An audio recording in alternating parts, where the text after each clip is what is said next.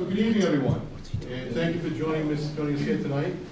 This is was actually my second financial summit that I've done here in Foxboro, and this is going to be a little different than we've done in the past. I think over the past number of years, that the process has been typically, let's just talk about the numbers, and then everybody goes on their merry way, and we start the budget process for next year, and the budget goes where it goes, and then we'll see what happens. But during the past several years, I've been listening to what people have been saying and during the meetings, and the concern I'm getting is that, well, where's the budget priorities? What are the things we want to set as priorities before we start the process?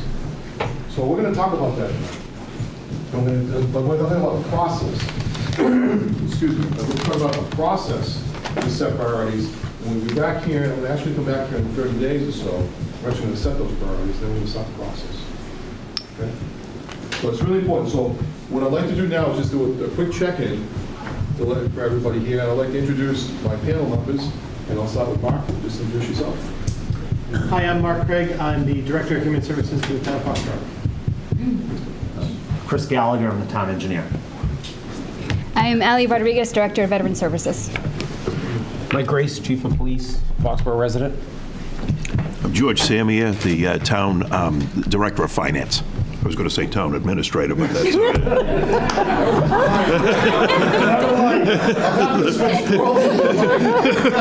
30 years, it's hard to break the... So I think all the boards need to sort of start their meetings or just announce, pull their meetings together, because we need a motion for each of the boards. I make a motion that the Board of Selectmen open their meeting. Second.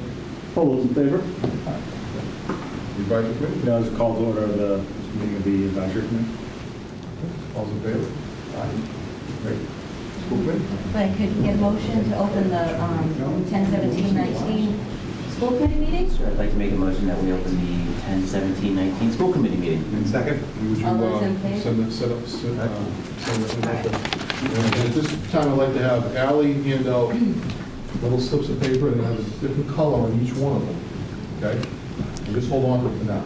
Don't do anything with it. Just hold on to it. And as soon as she's done. And then Mike, if you could do for the staff members that are here, and Mark for the residents that are here. So since I don't know everyone, if you're a resident, I would love for you to hand. You're not affiliated with a particular committee or anything like that. You're not Just a resident. Just a resident. Not that it's just. I can't accept It's less than $50. No trading either. Go watch it. Police chief's watching. It's a murder mystery dinner. Sounds fun. So everybody should have a little slip of paper before we go. Hold on to it, I'll explain how that's going to work. As soon as they're ready. I'm just going to record and play that. Okay, we good? We good? All right, so again, thank you everyone for joining us here tonight. At this point, what I'd like to do is just explain to you what's going to happen tonight. This is going to be a 90-minute meeting. We're going to really hold by those timelines. So we're running just a couple minutes short right now, but we're going to try to stick with the 8 o'clock timeline. So we're going to try, and the purpose of the meeting is to try and stay on time initially, but we're going to do everything we can to stay within that. Okay? So the other piece of it is that there's going to be an active participation part of this, but the first part of it is a presentation of where we are with the finances. So I'll give that presentation now. George will be here to assist if any issues that come up, and then we'll head right into the more active participation. Okay. So tonight's presentation is going to take a review of the current state of affairs of the current finances here in Foxborough. First is a brief review of the financial town policies, and then our present debt burden, what our large obligations, pension, OPEB, et cetera, and how do we finish fiscal 2019.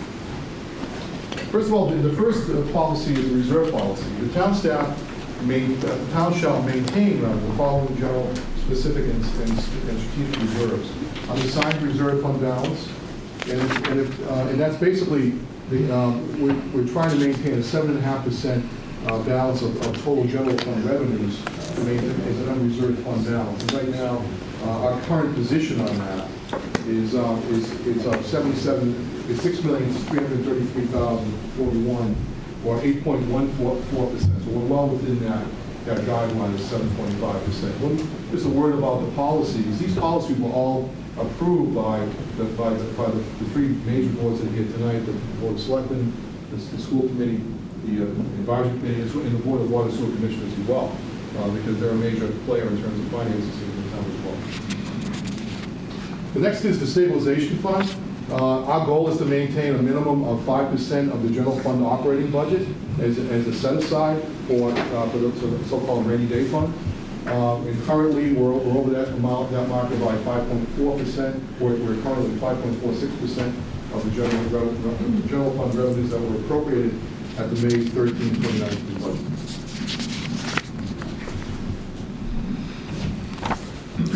And then, as far as the capital stabilization fund is currently at $25,000, and I think everyone will recall that we spent a good chunk of that money towards the Borough School project, and that's the reason why that number is low right now. But we're going to actually start to rebuild that fund, and we're proposing that a $250,000 amount be appropriated to that fund at the special town meeting coming up on November 4th. So we're going to start to rebuild that fund on that date. As far as the overlay reserve fund, our goal is to maintain anywhere between $375,000 to $1 million in that particular in that fund, and that's an account that's set aside when we finish the budget. We still have set aside $1 million, up to $1 million, so that in case we pay for taxes, if we overcharge or overassess a particular property, we'll go to the assessor. The assessor will tell us there are certain properties that were overassessed, and we need to go back and make an adjustment on those. We have a lot of different programs for residents in the town, veterans programs. We have the program for the seniors who work out here in the various places throughout the community as to help reduce their taxes. So that comes out of that particular fund. But right now, we're actually over that amount by about $125,000. And sometimes that can fluctuate up and down because of the fact that we may have a year where we had a couple anticipated large assessments that may need to be adjusted.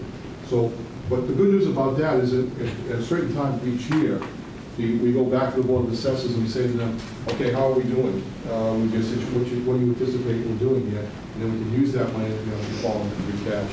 We can move that back into the general fund. Okay. As far as the operating budget reserve, we typically try to stay no less than $50,000, and we but in the time that I've been here, I know we've always set aside, it's either between $50,000 and $100,000, and we typically use $75,000 as that set aside.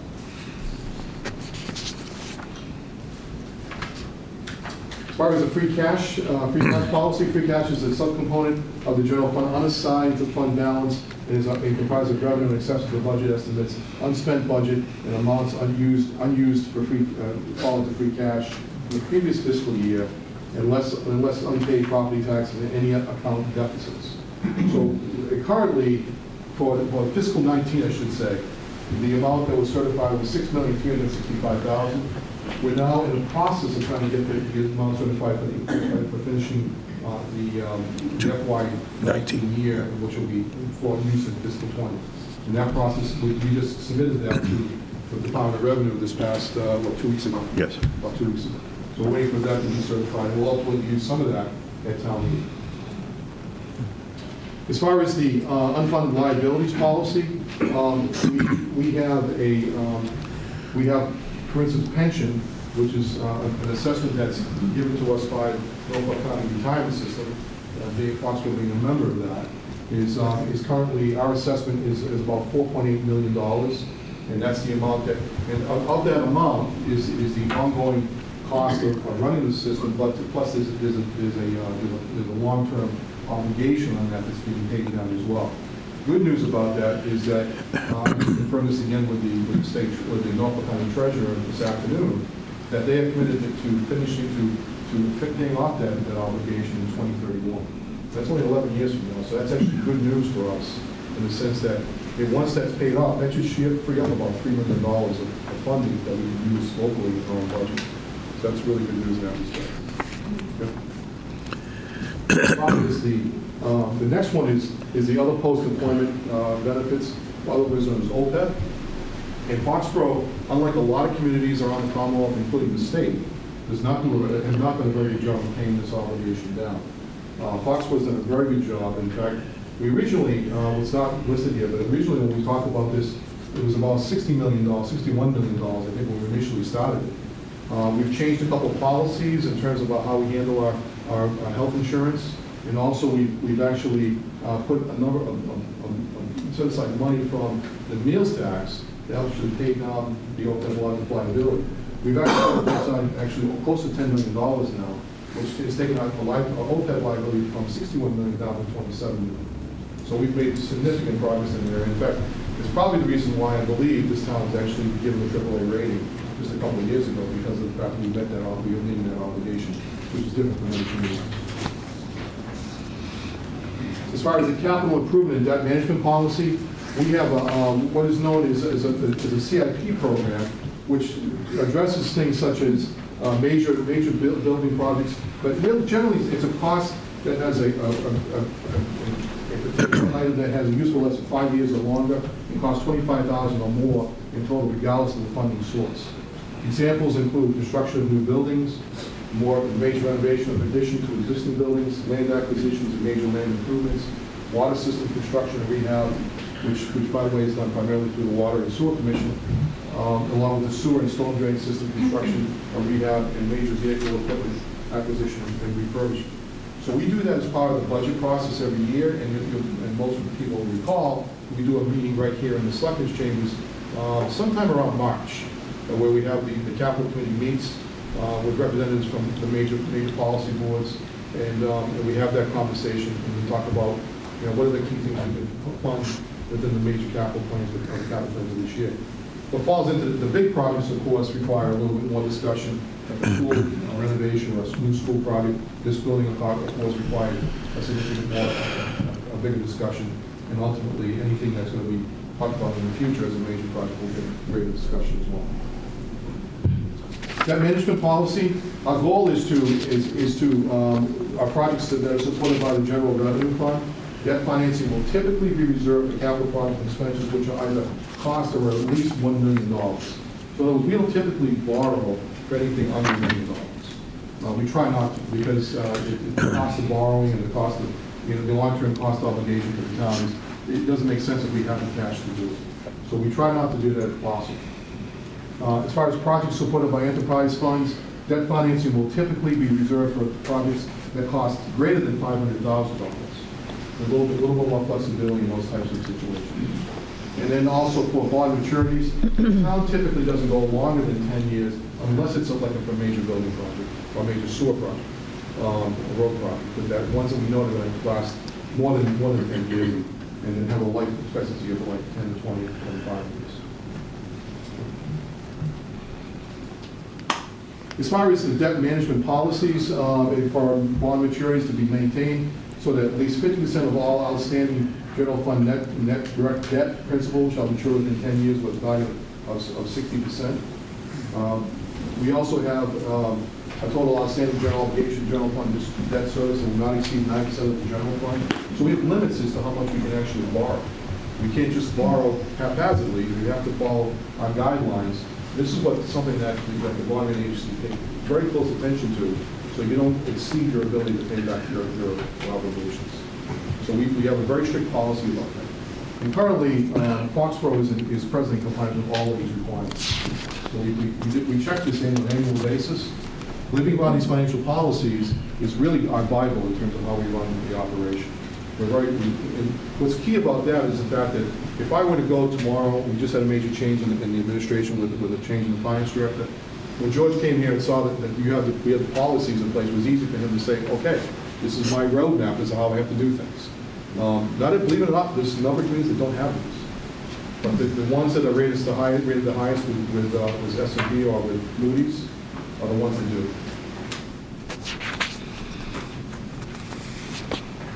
As far as our present debt burden, look at that. So you won't be able to see this very well, but you'll be able to, this will be online afterwards, so I'm not asking you to strain your eyes in this process.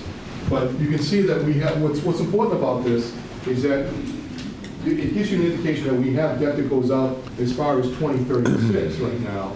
But we've got stuff that's rolling off right now in FY20, and then in 21, 22, and 23 are creating opportunities for us to bond additional projects without impacting what we're spending right now. So again, the reason we're able to do the borough school within the levy, the borough school's not in this yet. We haven't inserted yet, we haven't borrowed for it, but it will be. That'll be the next one that will go into that schedule. But we'll see that actually by having, when it goes in, we'll be able to time it so the impact will be lessened to the revenue. And that's why we're able to do this without doing an exclusion this year for this project to do this. So we're able to time it and to understand how we fit into our overall schedule. What are our long-term obligations? Pension, OPEB.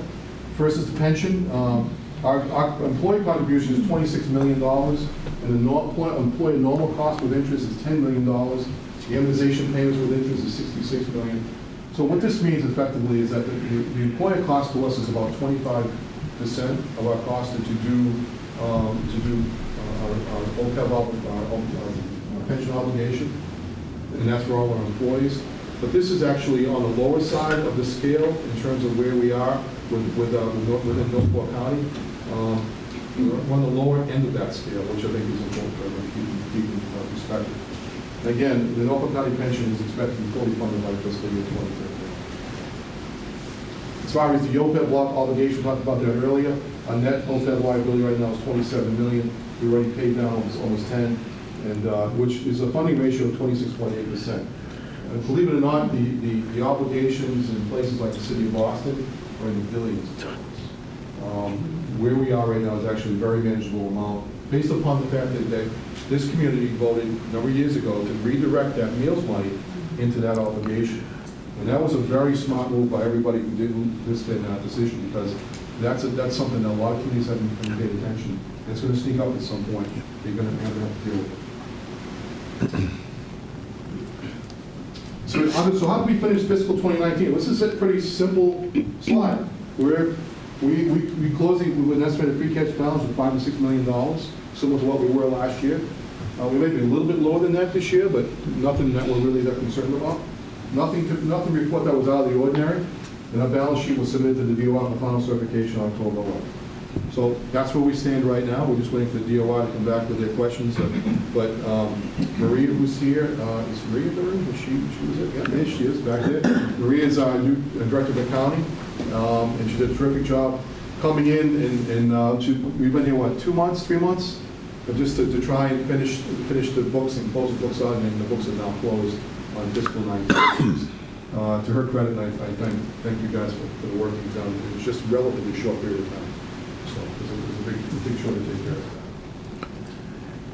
So where do we stand? How do we compare? Well, there's been a lot of talk about the fact that we, as a town, in terms of total expenses, has been, we're on the high side. But actually, the reality of what we found by doing this kind of analysis shows that we're not. We're actually, if the average expenditures in this region is $71 million, $71,881,000. We're actually below that number at $69 million, or 97% of the below the average. So we're close to the middle, but we're actually below the middle. We're not even at the middle point in terms of where we are expenditure-wise in the town. That's important to remember, because there's been talk about that we're actually on the high side. We're actually not, if you take a look at the actual numbers. Secondly, where do we stand in terms of our single-family tax rate? Well, if you take a look at, the reason why it's 2015 population is 20 census is about to come out this year. So that's the latest census, statewide census that we've used. We took this right off the state website, right? Yes. And so based on the 2019 single-family tax rate, we're actually, again, 93% of the average. We're below the average in that category as well. The average single-family tax rate is $7,173. We're actually at $6,681. So when people say that the taxes are too high, where are you going to go? Is the question. Because you can go next door, it may cost you more to live there than it is here. So it's important for people to know that, because it keeps it as perspective where we are financially. So this is sort of the ribbon on the ribbon that ties the whole package together. We rate, this came from Standard & Poor's. This was on our last time we did a bond issuance. And it said, we rate Foxborough higher than the sovereign, meaning the U.S. government, because we believe the town can maintain better credit characteristics than the U.S. in a stress scenario based on its predominantly locally derived revenue base, and our view that pledged revenue supporting debt service on the bonds is at a limited risk of negative sovereign intervention. In 2015, local property taxes generated 63% of the revenue, demonstrating the lack of dependence on the U.S. government. So that's a significant point, because there are a lot of places, a lot of cities in Massachusetts who depend on state funding in order to make that work. And it doesn't always work best when that happens. So that's the presentation for tonight. So it just gives you, adds some perspective for you where we are. I think, we're actually in a pretty good place. And that's something that, and George has been on the job, what, 4 months, 3 months? No, about 8, 9 weeks. Or whatever. It seems like 4 months. Yeah. All right, but 8 weeks, so he did all this work. And this isn't my work, this is his work. And he's come out with it, he's an outside perspective. And I think what's really important is that he's able to see this and be able to demonstrate to me that we're actually in a better place. It's not just me coming from this information. So I think that's important for people to know. Do you have anything you want to say, George, just that? Truthfully, I mean, I make jokes all the time, and I've said it to you folks before. I'd really like to stand up and say, this is all a result of me, but everybody knowing that I've only been here for 8 weeks, they're going to know I'm full of it, okay? The truth of the matter is you've all done a very good job. That these self-imposed policies that you've done, it's what I would have dreamt about in the town that I was in before. Nothing near where you guys are at the moment. Now, am I preaching to you and telling you everything's 110%? No, because that would be a foolish thing to say as well. But the truth of the matter is, you're a country mile ahead of most of the places that I've been in contact with and you've done a very good job with it. And when I say all of you, I'm talking to the people at home as well, who are your town meeting activists and the people who are actually voting this because they're going with it. You've done a very good job. Now, does that mean we can't work on more things? Of course not, but you've done a good job. Really is. Thank you. So at this point, and Chris, if you could join us at this table with the selectmen, please, because I want everybody to, all the boards to stay together from time to time. See you, Chris. See you, Chris. Well, thanks. I'm glad you rushed over. I know you had a couple other commitments tonight, so I appreciate you being here. So at this point in time, what I'd like you to do is to turn over the sign on your table, the sign on the table, and what does it say? Blue. All right. So people, everybody with a blue ticket, I want you to come to this table. Everybody with a white ticket, I want you to go to, what does that say there? White. Go to that table. Everybody with a gold ticket, you stay right there. Okay? So we mixed it up, so everybody watches this more later. That's all, I gotta leave the table anyway. All right, now, as far as the residents go, hang on for 1 second. As far as the residents go, you're going to follow this guy, Mark, right here. This guy. All right? And then the staff members are going to follow my time. We're going to go upstairs. Okay? And Bill, how about the people at home? The people at home can stay home. No, but when should they expect us to reconvene? They're not out of this. It'll be back in 30 minutes. 30 minutes, I'm saying, tell them 30 minutes. So let's see how we did, all right? Remember, there's no wrong answer, there's no right answer to this. This is just what we think is the best process, okay? So I'm going to start with this table. Yeah, if you want to write, I'll let Ally's group lead off the discussion. So what best practices have you seen under a budget have you seen to develop, to identify budget priorities? So we chose the under budget review I need to step on it for that. And I'm wearing heels, so. Can we just tape them up there? Yeah. Can we just tape them up there, Bill? Yeah, you can do that. We'll get all this time of. Do we have tape? Yeah, no, just, I think they stick. Okay. There was tape on the podium. So just, let's just read them off. Oh, yeah, absolutely. And then we'll pick it up. Okay, All so, right? We'll just read them off and down, and then we'll come back to, yeah, we can do that. oh, yeah. Thank you so go ahead and start reading them off, then we'll hang them up. What's best practice have you seen under budget revenue? Being conservative. Cost control, hold expenses if possible, justify expenses, continuous monitoring, collaboration with department stakeholders, employees, have open dialogue, zero-based or ground up, top down, and breaking down expenses and costs, wants versus needs. Very good. Wants versus needs. All right, so what part of this did you find most helpful? Well, this whole thing was very helpful to me, with being really municipality, but everybody here, really great dialogue. Zero base or ground up and under budget review, our revenue was really a hot item that we spoke about, and everybody seemed to be in agreement. Under budget, what do you mean? Bill, do you want to explain that?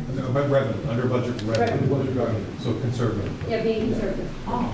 I can't run, I should be a doctor. All right. All right, let's take this group back in. All right, so question, so, Bill, did we have the same question? You had the same question. We had the same question. This group, that group, and this group had all So the this same is our question. question one, just go over it. What best practices have you seen, if any, for setting budget priorities? And this team put together, I know it's supposed to be 5, but we're gonna just put an and in there for monkey sense. But number 1 was setting aside money from the start of the budget process for liabilities for the future. Setting that right from the beginning, that process. Current pain points, addressing those. Pain points could be anything in the community. It could be an expense coming that you know you're gonna have to deal with and acknowledging it. 3 was the tax levy rate, looking at that. And then open discussion with all the stakeholders who are actually formulating the budgets. And then looking forward at your budget and looking back. Learning from the past, predicting the future and seeing where you are. And, because this isn't really a 6, and maybe getting an outside view of budget operation from the departments. And an outside view is sometimes when you hire consultants to look at your budget, that the town hires from an independent view to make sure that you're on track. And so those were our 5.5 pointers. Should I go for number 2 now? You go for, well, yeah, let's go for, well, we didn't do number 2 yet. No, we didn't. All right, so let's do this one, let's do 1 first, we'll come back to number 2. Chris? All right, so same question. First thought was do a bottom-up analysis and a bottom-up priority setting. Same thing over here, right? Same thing over here. Okay. Look at the actual spending for the previous 5 years. Figure out where you can take from, where you need to add. Get the rank and file involved. So make sure that you're getting all of the employees involved when you're setting those priorities. From the DPW's perspective, when I'm looking at what roads we're going to pave, where are we filling potholes the most? Where are they constantly needing to do that maintenance? So get the rank and file, get the people involved that actually boots on the ground in the field with some of those budget items. Identify the needs versus wants. Similar over here. Get citizen input. Plan for the future and plan for changes and/or emergencies. Similar at home, you got to make sure that you have a backup, have a plan in place for those emergencies. Great, excellent. So let's talk to the groups that were the resident group, right? Sure, yeah. Okay, so Mark? Yeah, I had residents and a couple of committee members at the same time. So the overwhelming, before we even started, was this town has been fantastic and the process is fine. And then when I pushed the question, what process would you like to see enacted so that you, the resident, have the greatest amount of input in the budget process? Number 1, know long before town meeting. Know the budget long before town meeting. 2, more discussion at selectmen's meetings. 3, think of ways to reach out to disengaged members of the community, which includes a budget summary in layman's terms, either that or a municipal finance 101 for people who might not be as engaged. And then the 4th would put real people on CIP community. Okay, very good. Okay. All right, so we had, the last group was the department. I'm sorry. Yeah. Sorry. So we actually had a lot of committee board and commission members and department head employees. So the ones that were residents also, I sent some of them down because he had the larger room. So he had a little bit of a mix. But so my group talked about the first question for us was, what process would you like to see enacted so that you have the greatest amount of input in the budget process? And ideas went anywhere from bottom line budgeting, education of AdCom members on the department mission, identify ways and tools to streamline our mission or delivery of services, identify needs, which was similar to what I heard over here, follow-up and notification if cuts or changes are to be made to department budgets, transparency all around, two-way communication, again, universal, standardized expectations on the presentation methods of the budgets, meaning to the town manager, to the selectmen, to the advisory committee, and I think that was kind of a general consensus on that one. And more presentation time, again, at the different times when departments present their budget, they want more time to be able to present and explain and defend their budget. And then more liaison contact with the people who are the presenting to. Interesting thoughts, because the way we've done it up until now, we've all been in separate silos, right? We all work in our own process internally, but what I've heard tonight repeatedly, let's kind of mesh it all together and see if it makes sense if we blend it all together into a process that's a little bit more efficient, if you will, just to kind of make sure that everybody's working off the same sheet of music, as opposed to working in a different direction. I'll just share with you one story, and I think the selectmen can remember this.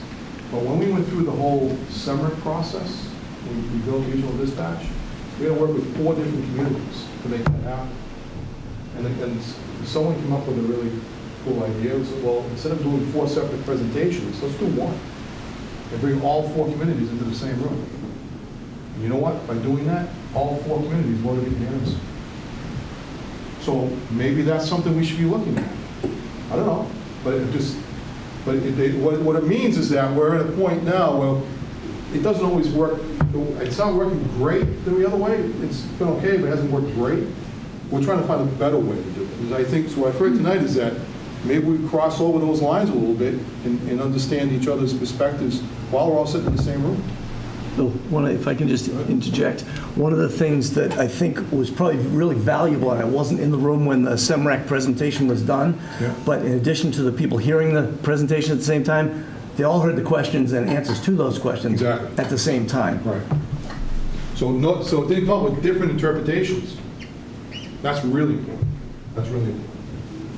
All right, next question. So the next question is, what process do you recommend for setting the fiscal year 21 budget priorities? So Down a little bit. I'm sorry? So fast. Oh, sorry. So speak slowly. Develop a revenue forecast. Develop fixed cost forecasts, and collaboration is needed for this. And open forums with taxpayers. What are we spending money on that we don't need was the general question. And service level based on what taxpayers' expectations are. So discussion with service expectations. Do we want level funding, level services with enhancements, and setting it based on last year? Another idea was cutting budget leads to cutting services, so this is kind of in conjunction with that. Under budgeting, this has served the community very well. This is a direct quote from one of my members on the team. And then diving deep, What do you mean by under budgeting? In other words, not under budgeting revenue. under budgeting the revenue, okay. Yes, sorry, I can't read my own writing. Yes, that's right. And diving deep, so you need a real deep assessment, getting in the weeds and figuring out the entire budget. And I think that's it, that's all of them. All right. Great job, everyone. Good job. Okay. So again, we have the same question. What process do you recommend for setting the fiscal 2-1 budget priorities? So number one was, we're looking for, as a group, not we, but the group one suggested a clear roadmap with defined responsibilities about the budget and the groups that are working on it. Second was to allow the process to move different directions as it is reviewed by different boards. So as the process goes up, it can go back down and go forward, not be stuck on the train tracks and only be allowed to go one direction. Having a little forward, backward motion. And then it was suggested, and this is the quote, stay in your lane. That if this is your area, stay in it. Explain that though. What do you mean by that? It was, if this is your board, this is your group, and this is what you're supposed to be reviewing, to just do what you're supposed to do, and if I misquote me, stay within your responsibility and what's expected of your group. Okay. Have 5-year goals and milestones set in advance of where you want to get to, so that way you can map out financially what the costs are and make sure you're trying to hit those goals. And again, 5 and 6, we're just going to go with the next one is prior constraints on the budgets. Know them in advance, things that are either statutory costs or mandated by state law. Know what that group is. So when you're looking at a budget, say it's a $5 million budget, and 3.6 of it is by law has to be funded. Find out what is actually the number that you are working with. And then finally, reach out to the public for focus groups on budgets, and then take the results of that, those focus groups on independent budgets, and bring it as part of the plan. Great. Thank you. Good job. Chris? All right, some similar thoughts here. Identify the musts. What are those predetermined dollar values that need to be set in the budget? Whether it's through collective bargaining agreements, statutory mandates, what are we required to have in that budget before you look at the additions, the add-ons? Put together a summary of all the town services. We have a very comprehensive town report, but summarize it so that it's easier to see. What I think it was give a breakdown of what percentage of every dollar goes to what department and covers what expense in the town. I think these next two kind of go together. Public outreach. Excuse me, Chris, would that be in the form of a report that would give to who? The community? Be available for the community? for the community. town meeting? An For the- infographic that can go Yeah, out to residents okay. that shows how much of your tax dollars go to this service and that Exactly, service. exactly. So, an average, a pie chart, just like that.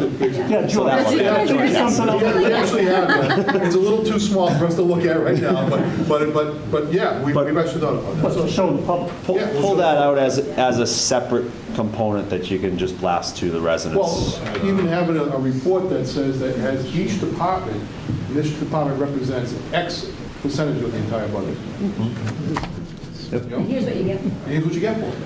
Very good thought, very good thought. Public outreach and reaching out to a survey to the residents. We've had some good experiences recently with SurveyMonkey, branding, wayfinding, traffic around the common.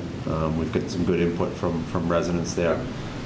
So, go out and get information from the residents. I think we have to be not afraid of that. I think we should definitely get the public involved, because it's really hard to know what the community wants, because we don't have newspapers in it. We have very few forums in which we can actually get folks to engage. That's a huge problem in local government. It's huge. So there's no good answer right now, but the best way we can do is having sessions like this, where people really become involved in the discussion. and we sort of pry it out of you, you know, what's really important to you. And that way, the policymakers, the budget architects are all in a better position to understand what's important by doing this. So think about that, because that's really, really important how we best engage the public on that discussion. So thank you. And the last thought was similar to the SEMREC. Get everybody in the room Yeah. at the same time so that that open dialogue that can be had between the different boards and committees that are Yep. working through the budget process. Okay. So we better get the high school ready, right? Right. That's good. That's good. Okay, Mark? So for the residents, the next question was, what best practices have you seen, if any, for setting budget priorities? So we had seeing a print off of the bonds to have a clear look at future needs, small and large. 2, setting up enterprise accounts to lessen the need to prioritize in the future. 3 was resounding early. And the first time typical citizen is engaged rather than just through the representative selectman advisory is actually they're engaged at town meeting is the first time that they're engaged. And the last, we were kind of, the group was a little split on this, is reaching out to disengaged members of the community. Great. Thank you. Mike? And so my group had the same second question, and I will say that in this room, I think there are very few people who are trained in finance and especially in municipal budgets. So these questions are tough, and I've heard a lot of great ideas come up. And so while some of the things that came up in my group weren't direct answers to these questions, they were all great ideas. So let me just read them off. Having a master supply inventory of both, you know, consumables as well as equipment. And this was answered like from a very small scale way, like the little yellow stick-on pads, pencils and pens, notepads, because a lot of times it's ordered at the department level. So there's talk about you know, having an inventory so that there aren't little pockets of it. A guidebook developed for both department heads, employees, and boards, committees, and commissions to familiarize them with the budget process. A salary reserve for retirement and termination payouts, which you know, that got a resounding. People thought that was a good idea. You know, departments getting surprised when they have a large payout from you know, a 30-year employee that they didn't know was retiring that year. And then stay within budget and explain any special needs that come up along the way. Great. Great job, everyone. This is really extraordinarily helpful to us. So what we're going to do now, I told you I'd get you out of here by 10, by 8 o'clock, and I'm going to stick to that number. So what I want you to do, we're going to consolidate this information and then list it out. And I'm going to hand back you a summary of the key points that we collected here tonight. And we're going to give you that back to you, each of the major policy boards, and say, okay, tell us how you're going to tell us what your priorities are for the next year. Use this process. There's multiple processes here, but think about what we've done, and then let's set the budget priorities for next year. And then we'll meet back in this room in about 30 days, and we'll talk about those and see where we come up with. Because it'll be interesting to see where we go with that. You know, I have no idea what's going to come out of it. I don't, and that's the reason why I'm asking you to do this. So, because ultimately this is your community, it's your efforts, it's your money. Let's know how we're going to spend it, and we're going to spend it wisely. Okay, so that's the goal here. So let's just figure that out. And I think that was my goal for tonight, was to try and get you to start thinking in a different way than we typically been doing. But there's a couple really good ideas tonight, which I think really bear a lot of fruit in terms of having that kind of conversation before we get to a town meeting. We should have the town meeting really before the town meeting. Really, you know, to get everybody engaged and on the same page about where we're supposed to be. So that way, when we go to town meeting, everybody at least has an idea where we're going to go. And I think that's important. It really is important. So, all right. Any last minute questions? I want to give you a big applause for the door. I want to thank all my scribes here who helped put this together. It was a big hit.